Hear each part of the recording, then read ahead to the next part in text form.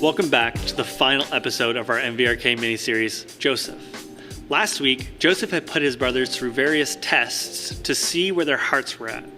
And now, with the testing phase over, Joseph is ready to reveal himself for the first time as their lost brother. And God is ready to begin something that will change the course of history. Now, Joseph is about to tell his brothers who he truly is, but in his emotional state, the way he does it even makes me scared, and I wasn't even there. But to understand what I mean, we're going to jump ahead in the text to see the meeting where Joseph and his brothers had their big family reunion. That's in Genesis 45, verses 1 through 3. Joseph could stand it no longer. There were many people in the room, and he said to his attendants, "Out, all of you!" So he was alone with his brothers when he told them who he was. Then he broke down and wept. He wept so loudly the Egyptians could hear him, and the word of it quickly carried to Pharaoh's palace.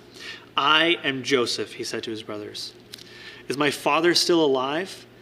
But his brothers were speechless. They were stunned to realize that Joseph was sitting there in front of them.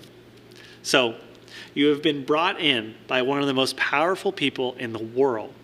And he shouts at all of his officials to leave and then weeps in front of you, telling you that he is the brother that you threw into a well and sold to some traders walking by. So, do you remember when I said that they get the biggest case of what goes around comes around ever? And I'm sure that the word terrified doesn't even begin to explain how scared they were. But Joseph isn't your average guy. Joseph is closely in tune with God, and he understands that this is simply God's will. But let Joseph tell you from his point of view in Genesis chapter 45, verses 4 through 11. "Please, come closer," he said to them. So they came closer. And he said again, "I am Joseph, your brother, whom you sold to slavery in Egypt. But don't be upset and do not be angry with yourselves for selling me to this place. It was God who sent me here ahead of you to preserve your lives. This famine has ravaged the land for 2 years and will last 5 more years. There will be neither plowing nor harvesting. God has sent me ahead of you to keep you and your families and to preserve many survivors. So it was God who sent me here, not you. And he is the one who made me an advisor to Pharaoh, the manager of his entire palace, and the governor of all Egypt. Now hurry back to my father and tell him this is what your son Joseph says. God has made me master over all the land of Egypt. So come down to me immediately.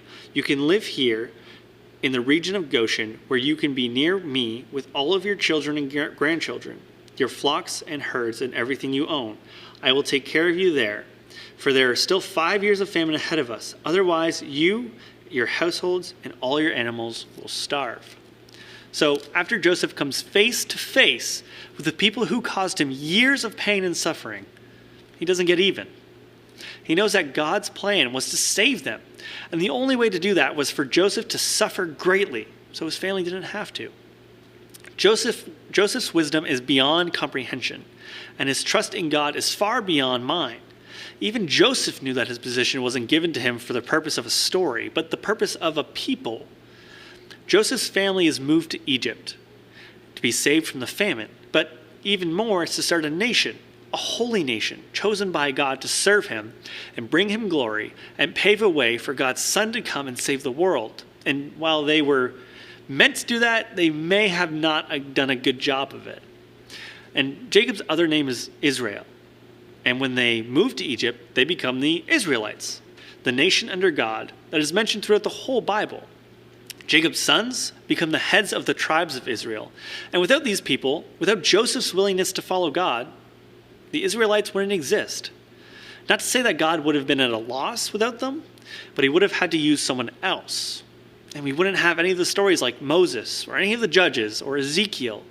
No, Daniel and all of these other foundational biblical characters would be different. But through one man's faith in God, we have the Bible that we have today. And for one, I'm very thankful for that. So that brings us to the end of Joseph's story. I hope you've enjoyed our first ever MVRK miniseries. Be on the lookout for our next miniseries, where we'll see different faces and take a different view at a new story. We'll see you then.